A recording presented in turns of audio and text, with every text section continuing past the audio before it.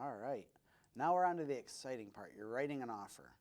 And I'm going to also open up Flex. I'm just going to pick an active listing because I do want to drive home a point here of how it's very important that we completely fill out our offers. I'm going to write on a good one. We're going to use the Price Road listing here. So I've got, you can see on my screen, I've got this listing pulled up. I'm going to go back to the contract here. It's really important that we fill out the listing office, the listing realtor, all this information correctly. It's a pet peeve of mine when I see incomplete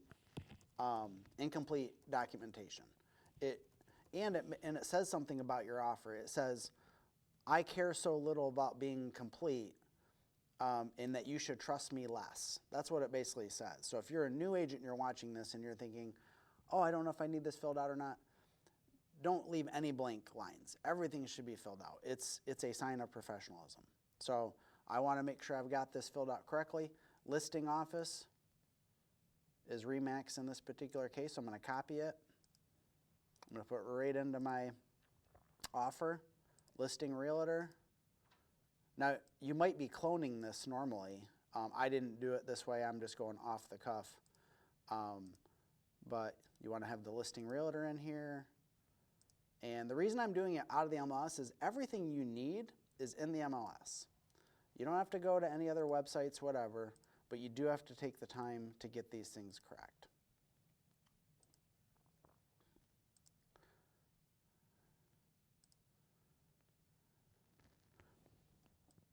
In case you don't know how to find an agent's license number, it's right underneath their name.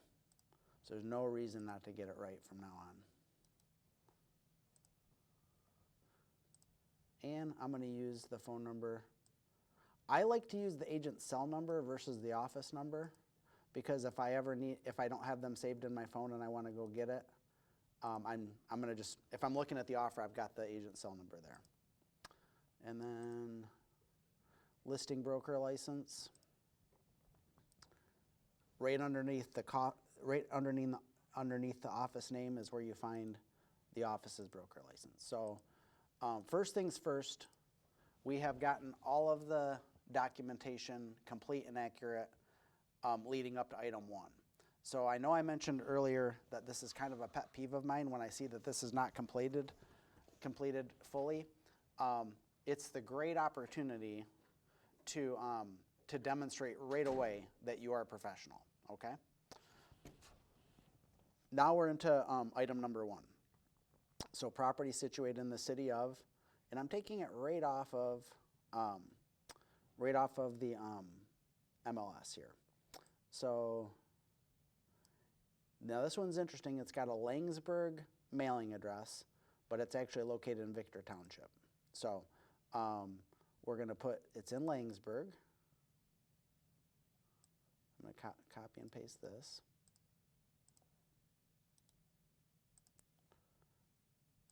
But it's in Victor Township. So I'm going to copy that. County of, I know it's Clinton, but I'm showing you where these things are on the MLS. Clinton County.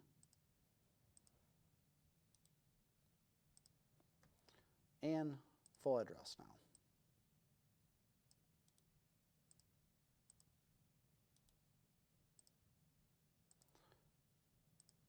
And then legal description.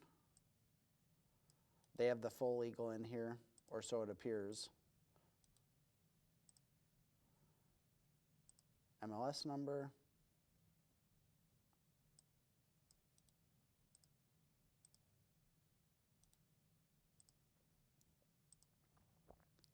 Tax ID number, also known as parcel number. Those are used interchangeably. If you hear somebody say parcel number or tax ID number, they're the same thing.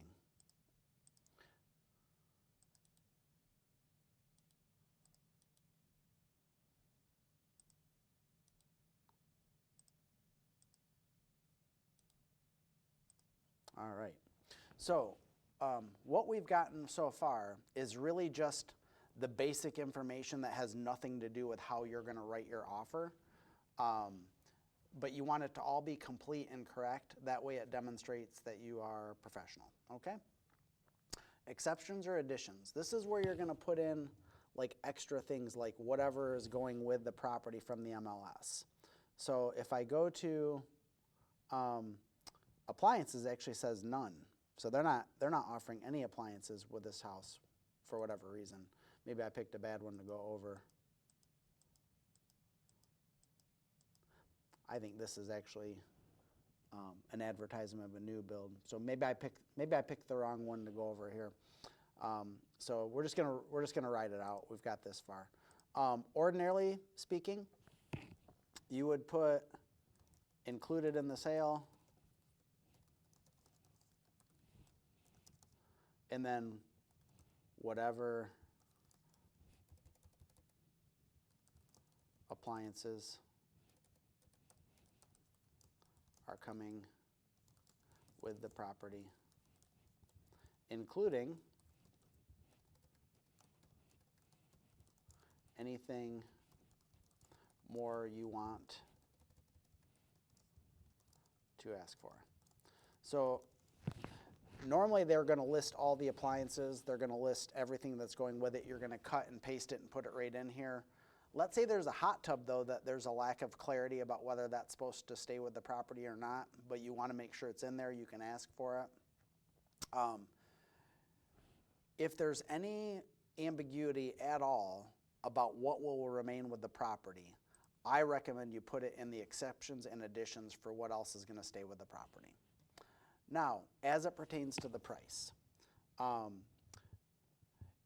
before you make a recommendation to a buyer about the price they should offer, you should for sure run your own market analysis on the property. You should have your own opinion about the value. I'm not going to turn this into a CMA class going over this document because it will make it take too long, but you should be making a recommendation to your client about the price that they would offer with their opinion as well. But you should definitely be making a recommendation. And so let's just say that we've decided we're going to offer $700,000 as a result of a thoughtful conversation between you and the buyer. Number 3, the offer is, and then you have 3 choices, whether it's contingent on the sale and close of another property, whether it's contingent on the sale and close of another property, or pardon me, the first line is it's not contingent on the sale or close of another property. The second option is that it is contingent upon the sale and close of another property. And then the last is contingent upon only of the close. So the first means they don't have to sell something else in order to buy the property. The second means they have to sell and close on the property and they don't have an accepted offer yet.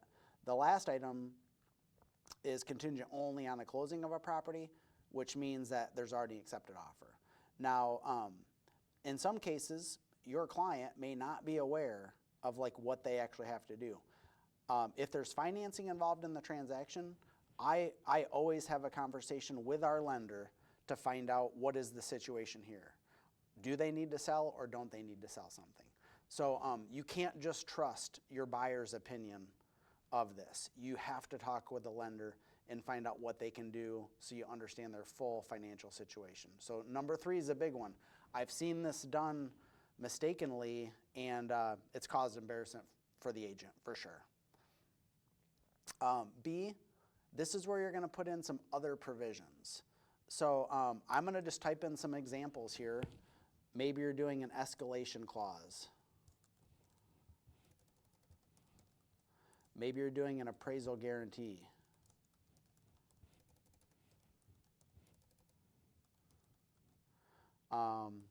Maybe you want to make a statement like the buyer may take possession of the property in any name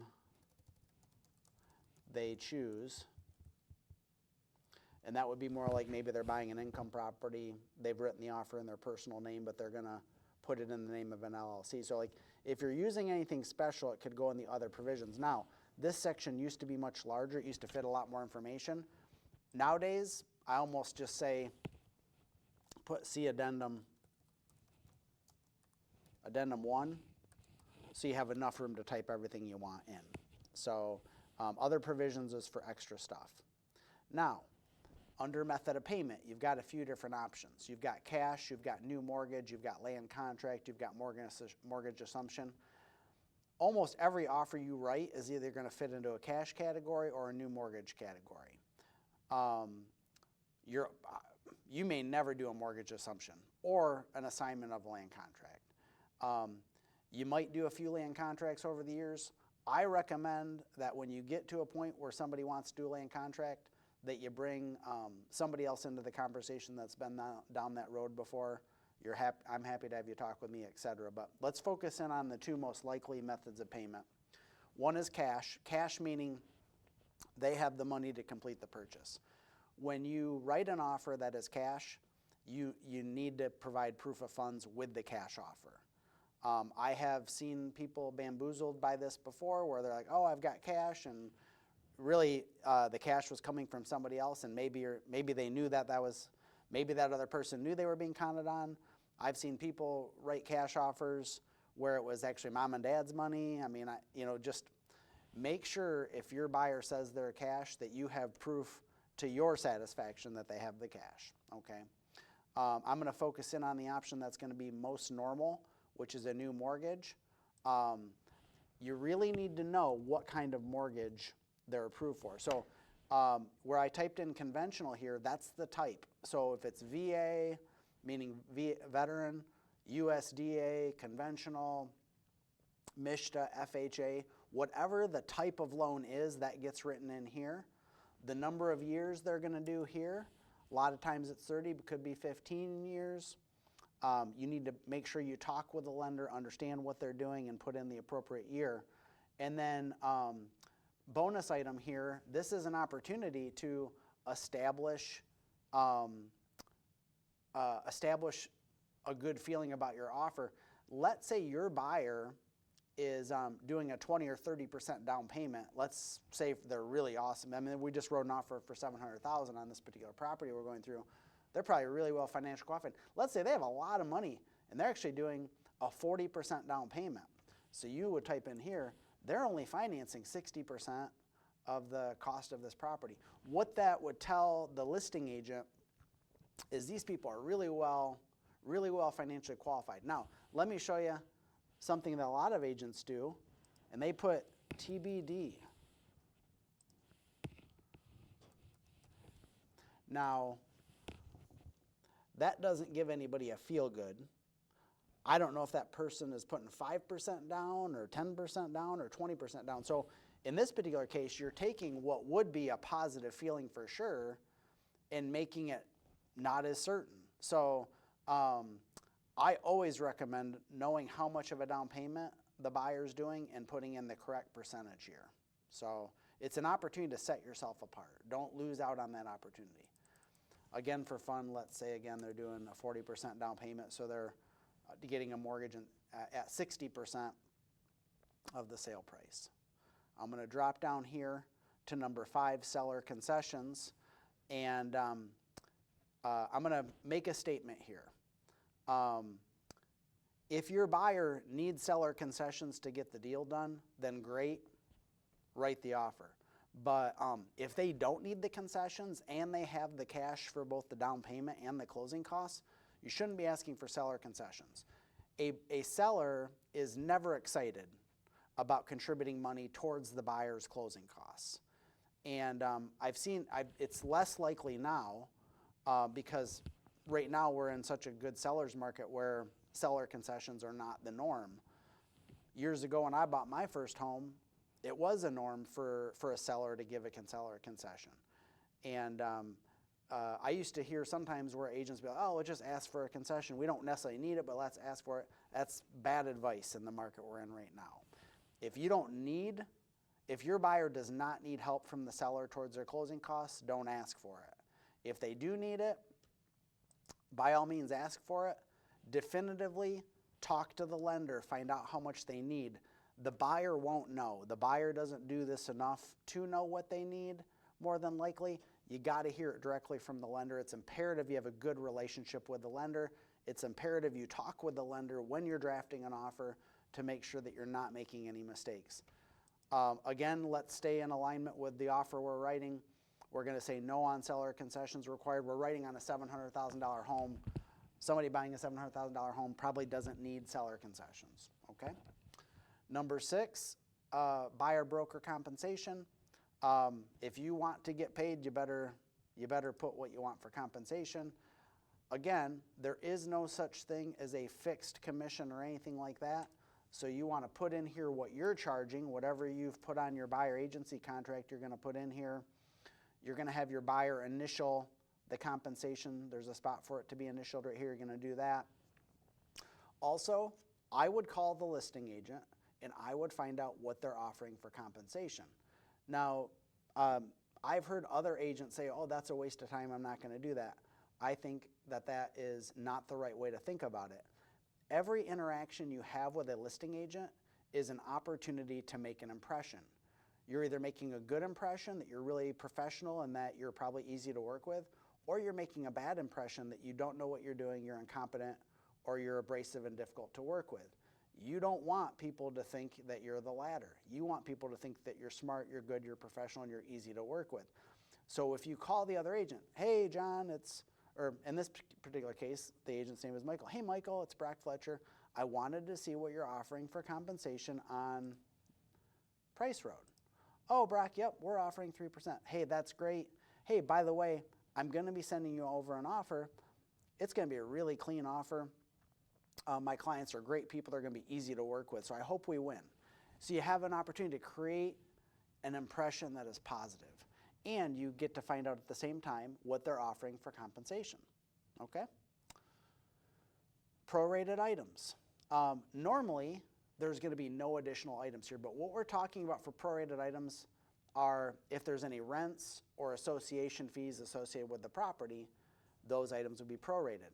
Normally, it's just and again, we shouldn't be leaving any blanks under major sections. So if we don't have anything unusual here, I'm just going to put none for additional items. Additional items, none. We're not doing anything from out of the ordinary. Number 8, assessments. What we're talking about here is special assessments on or against the property and how we're going to handle them.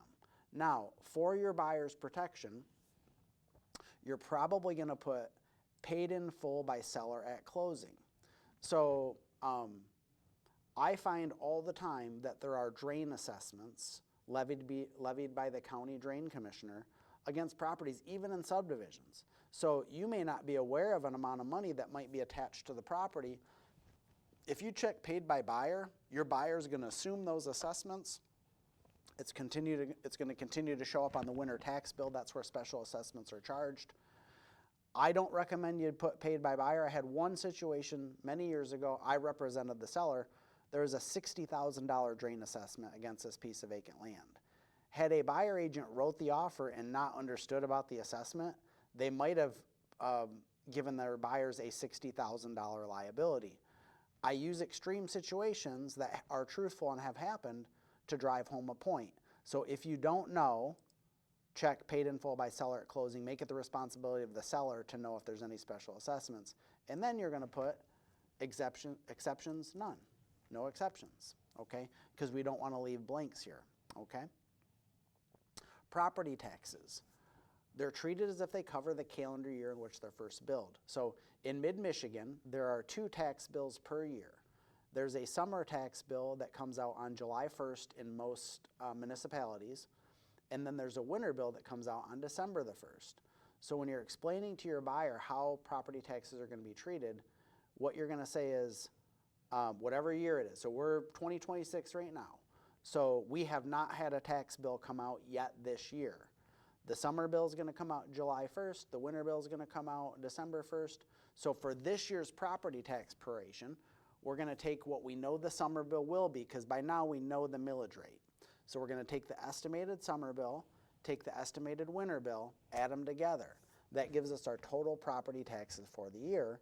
We divide that by 365 because we're not in a leap year, and that gives us our per day rate. And then we take from January 1st through the day before closing. The seller is responsible from January 1st through the day before closing.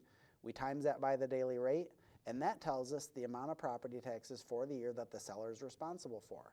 And so long as we're closing before July the 1st, the seller is going to credit the buyer that amount of money, and then when the summer tax bill comes out on July 1st, the buyer will either pay that tax bill or the mortgage company will pay it out of the buyer's escrow account. Now, this is an important time to also make a statement on the taxes coming uncapped. So if your buyer is buying a home from a seller and they have lived there for many years, more than likely their property taxes are quite low. The year after a property is sold, the tax assessor will uncap the property, meaning they're gonna remove the old taxable value. They're gonna take the new sale price.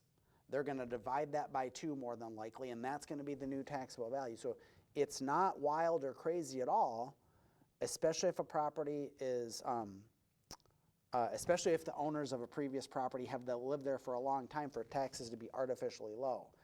You need to prepare your buyers for the fact that their property taxes are going to go up the year after they own a property. This has caused a lot of heartburn. I've heard about it many times. It's a major complaint. It's our job as real estate professionals to be able to explain what's going to happen with property taxes the year after your buyer buys a property. It falls in our scope of work to know that. Number 10, inspections. I don't typically recommend my clients waive a home inspection. I think there's other ways to make sellers feel safe about a home inspection. I've seen too many bad things happen. So in most cases, you're going to check this box.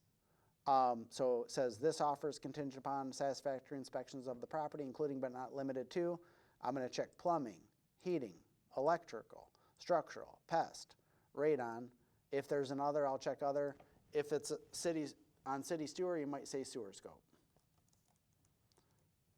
Or if they have a pool, you might say pool inspection. Or whatever, right? Whatever is there. And then you say how long you're going to take to do it. For the most part, 7 business days is the norm. If you can do it less than that, that can make a seller feel better. If you're going further out, that could be used against you. So it's important to write offers within norms so that way other agents don't look at you like you don't know what you're doing or that you're abnormal. Abnormal in offer writing means bad. Bad means you probably won't win in a competition, if I'm being honest. So not typically advising buyers to waive their inspection. That's a good way to get people in trouble, frankly, unless you have a buyer that is really, really skilled. So if I'm working with a buyer and they're a licensed builder or home inspector or something like that, I would say, okay, you're qualified enough to know, or mom or dad or somebody has an expert level, home builder or something in their corner and they feel really comfortable, I can buy that. But if it's just like a regular person and they're trying not to do home inspections to save $500 or $700, that's a bad idea. Shouldn't let them do that unless they're an expert or have an expert in their corner. Well and septic inspection. Now, there are 2 counties locally where if there's a well or septic, it's required that it be inspected with a report turned into the county, and you have to have a conformance letter before you can transfer the property. Those 2 counties are Ingham County and Shiawassee County. Ingham County and Shiawassee County. If the property's in Ingham or Shiawassee County and there's a well or septic, you're going to check the top box that says this property requires a mandatory well and septic inspection, okay? If the property does not have a well or a septic system, you're going to check this property does not require mandatory well and septic inspections regardless of location. So no well, no septic, you're always checking this box. Now, again, I'm going to always tell you what I think professionally. If you get this wrong, like let's say it doesn't have a well or septic and you still check this box because it's Ingham County, that tells me you're a rookie, you don't know what you're doing, or you're careless. And either way, I don't want to work with people that don't know what they're doing. I realize I'm being very granular in my judgment of offers. But I'm telling you right now, if you're writing offers to agents that have been in the business for a long time and you make little mistakes, they're going to trust you less. I'm telling you things right now in this video that other people will not tell you. They will count it against you. They will likely choose another offer over yours because they're going to think you don't know what you're doing. So having perfectly written offers is highly important if you want to make money in this business and stay in the business, okay?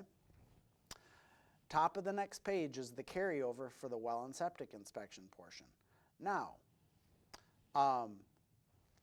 in that scenario we just painted where there's no well and no septic, you're going to mark the second option here again, is not contingent on a satisfactory well and septic inspection because there is no well and septic.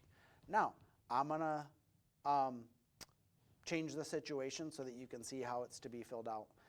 So let's say there is a well and a septic, but it's in Eaton County. Eaton County does not have a point of sale inspection requirement. So you're always going to check the second box. This property does not require mandatory well and septic inspection for an Eaton County property. Now, we know it has a well and a septic. Your buyer probably wants to get that inspected to make sure it's in good condition. So you're most certainly going to check the top box that says it is contingent on a satisfactory well inspection at the buyer's expense, meaning the buyer's going to pay for it. Now, bonus information. You're probably going to make this a 10 business day contingency. And you might say, Brock, why 10 days versus 7 days on the general home inspection? It's because if you do your general home inspection and that goes really poorly and you end up backing out of the deal, you wouldn't want to have already completed your well and septic inspection, costing your buyer another $500 to $800. You want to do your home inspection, make sure you clear that and you're satisfied, and then do the well and septic inspection right after it. If you give yourself 3 extra business days, you should be good to go, okay? You can always call me with questions. All right. Lead-based paint disclosure. If the property that you're selling was built after 1978, you're automatically going to check the box that says buyer hereby waives his or her opportunity to conduct a risk assessment. To be honest, in most cases now you're checking this box anyways. Most of the homes that were built prior to 1978 have been repainted many, many, many, many times over.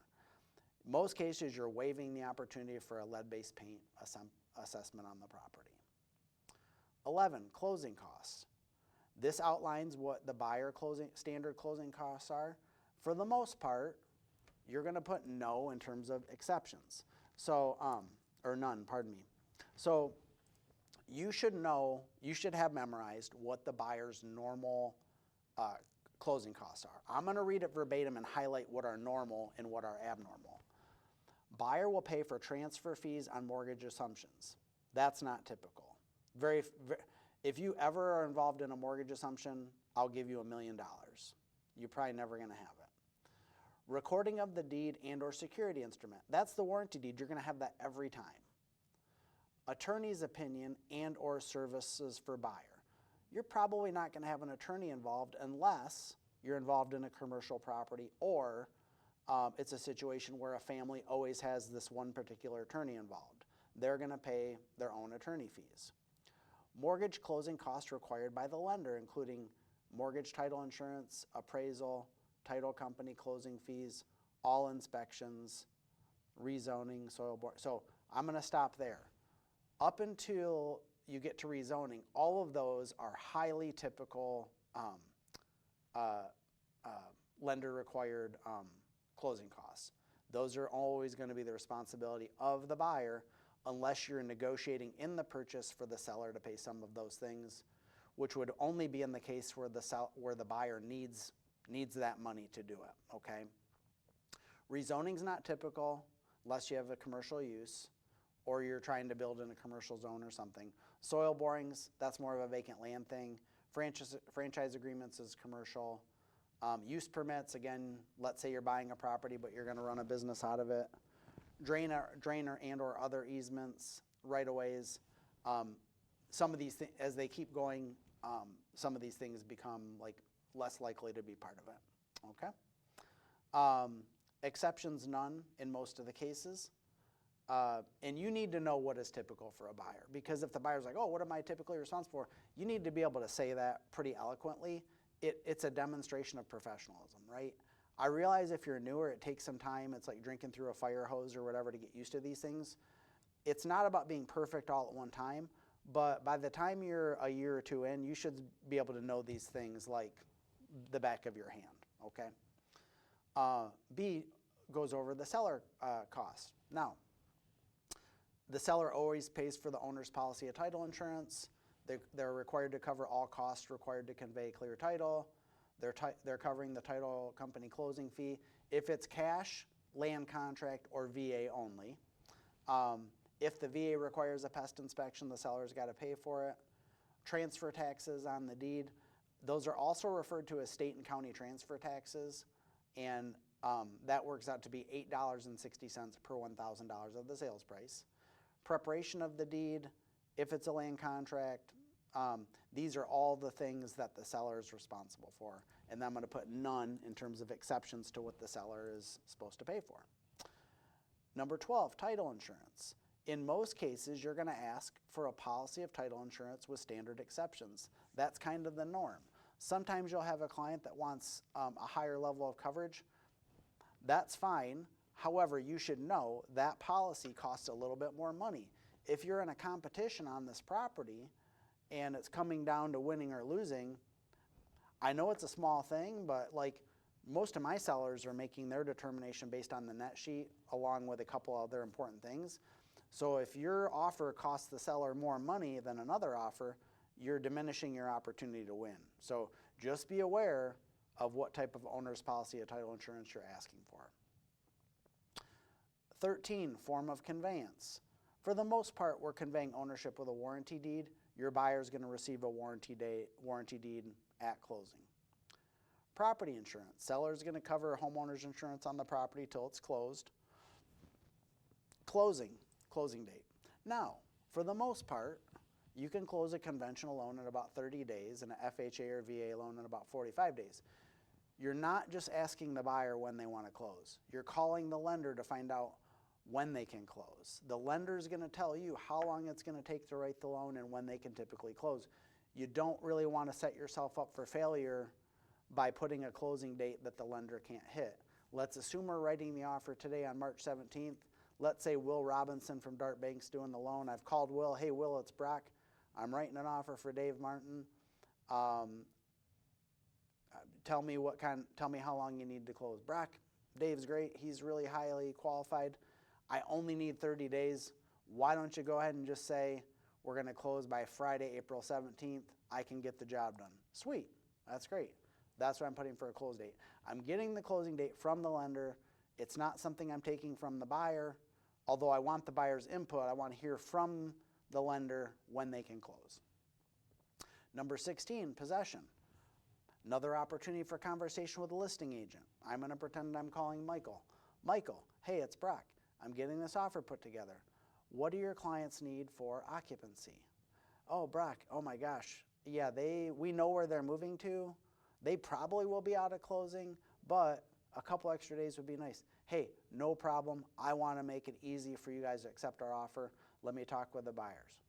Talk with the buyers. Hey, Michael said we probably don't need occupancy, but offering it could be great. Hey, by the way, if somebody else writes an offer and they're offering 30 days of occupancy, and if it does become important to the seller just in the last minute, we could be harmed. Why don't we offer 30 days if we can, just in case it's important later? Okay, great. So then maybe we decide to do 30 days of occupancy. That was a free little bonus advice in case you didn't pick up on it. A lot of times, the listing agent doesn't have clarity on whether the sellers actually need occupancy, and I've had this happen before with my listings where I've had a multiple offer situation, and all of a sudden, two offers are very close, and they're like, well, we didn't really think about it too much, but man, it's so nice to have the 30 days of occupancy. All of a sudden, that became the deciding factor, but it was not important before they had offers to look at. So as you're writing offers, you should always offer occupancy, even if the seller initially indicates that they don't need it. It could make the difference of winning or losing. Now, the time that we're recording this video right now, Rent back after closing is not typical. So in most cases, you're going to offer occupancy after closing, and you're going to say no rent back, meaning you're offering it for free, hopefully to cause you to be able to win in a competing offer situation. Okay? Seller's disclosure. Now, in most cases, the listing agent will have attached the seller's disclosures to the MLS. If they're not there, you should call them and say, hey, I noticed you didn't have the disclosures attached to the MLS. I'm writing you an offer. I want to be able to submit those with my offer. Can you send them over to me? You really want to be able to check this top box that says buyer acknowledges that a seller's disclosure statement has been provided to the buyer. You're doing yourself and your client a disservice if you're checking the later box and leaving that for later. You're looking for every opportunity here to make your offer seem special and complete. And so do the extra work to make it more likely your offer will be accepted. So you want to be able to check this top box. You want to be able to turn in with your offer the seller's disclosures reviewed and signed. Now, bonus coaching from Brock. You should be reading the seller's disclosures. You should be raising awareness to the buyer if you see anything that needs further clarification. You don't want your buyer to be moved into the property and 2 months later something happens and you're like, oh my gosh, we didn't really look at the seller's disclosures too much to see that the basement floods every time it rains. Okay? That's an extreme situation, but we want to make sure we're reviewing the documents we're asking our clients to sign. Number 18 talks about releasing. Essentially, when you close, the offer is, there's a release that the buyer and seller sign that releases their agents from further liability. 19 talks about property condition. It clearly states the purchase is being as is. Obviously, you're probably contingent on a home inspection, but you're still buying the property as is condition. 20, final walkthrough. Buyer reserves the right to a property walkthrough 48 hours before closing. You should always do that, by the way. You should never let your buyer waive it. I had this happen. This is real. Went to a final walkthrough, really cute home, hardwood floors in the kitchen. Somehow, water leaked out of the dishwasher and warped all the hardwood floors in the kitchen. I mean, they were totally destroyed.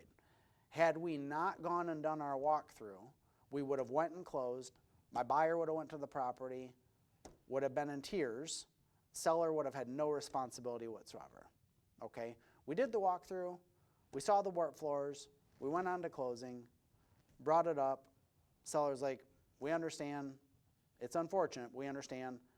Seller we still closed, but the seller made the commitment to get the floors fixed. They did. Happily ever after. Disaster averted. Always do your walkthrough. Always do your walkthrough. Even if your buyer doesn't want to do the walkthrough, this is where you as the agent, you have the wisdom. They don't have the wisdom, right? You have to say, no, we're still doing a walkthrough. Even if they won't do it, you go do it, okay? Professional advice item 21. You're always going to click the box that says buyer acknowledges, best recommended an attorney be retained, and then you're going to put to be determined unless they know the attorney they would have review. Now, it isn't that you're recommending they talk to an attorney. You just don't want to negate their right to speak to an attorney if they want to. So you're always going to check the top box and then put to be determined in case they want to have an attorney review any documents. Page 6 of 8, square footage, basically just says that all the square footages in the MLS are estimates. They are estimates. It's not so much a point of contention now because listing agents do a better job of making sure that the square footage is correct, but they are estimates. 23, home protection plan, just says home protection plans are available. Those are also known as home warranties. 24, earnest money deposit. This is where you're deciding what you're doing for earnest money deposit. Now, the minimum standard is typically 1% of the sales price. However, this is an opportunity, again, for your buyer to make a demonstration that they're better, that their offer's better, right? And so normal on a $700,000 sale would be $7,000. However, let's say you really want to make a statement and you're like, yeah, we're going to do 30 grand.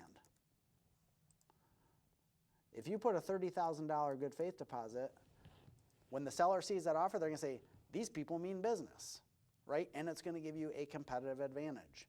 We're looking for competitive advantages all the time. Now, you'll see I put in here That's spelled right. Okay. So who's going to hold the good faith deposit? TransNation Title holds all of our good faith deposits. I put hyphen upon acceptance. So as the agent, as soon as you have an accepted offer, you need to get that good faith deposit in. I believe you have 2 business days, if I'm not mistaken, to get it in. That's not something you want to mess around with. I've had agents on my team that didn't collect that deposit quickly enough. Buyer bailed out, they got the right to check to the seller. True story. So make sure that you're collecting that good faith deposit. When you're talking about the earnest money deposit, you're talking to them about beefing it up. Make sure you tell them what contingencies they have in place protecting that money. You've got the home inspection contingency, you've got the financing contingency, that money is still protected. You're also going to check the box again here that you have provided the dispute resolution mediation form. 27, time is of the essence, just means that, well, I'm just going to read it verbatim and explain it. Parties agree that time is of the essence of this agreement in this transaction. Failure to enforce a time deadline in one or more instances shall not constitute a waiver of the time deadline or other deadlines in the future. So like if you miss your home inspection contingency window, it doesn't mean that the closing date changes. That's what that means, okay? Assignment. Buyer will not assign this agreement without the consent of the seller. 29, agency disclosure. This is where you say how you're acting. This is also what helps you get paid. You're checking the buyer's agent. So if they're offering buyer agent compensation, you're being compensated. 30, electronic communication. This is what allows us to use electronic signatures. 31 just says this entire agreement is in writing and it's all contained in here, and then you have your buyer sign it. Pages 7 and 8 are the response portion of the purchase agreement, which you can't do anything with until you have a response from the buyer's agent. So that's it for this document.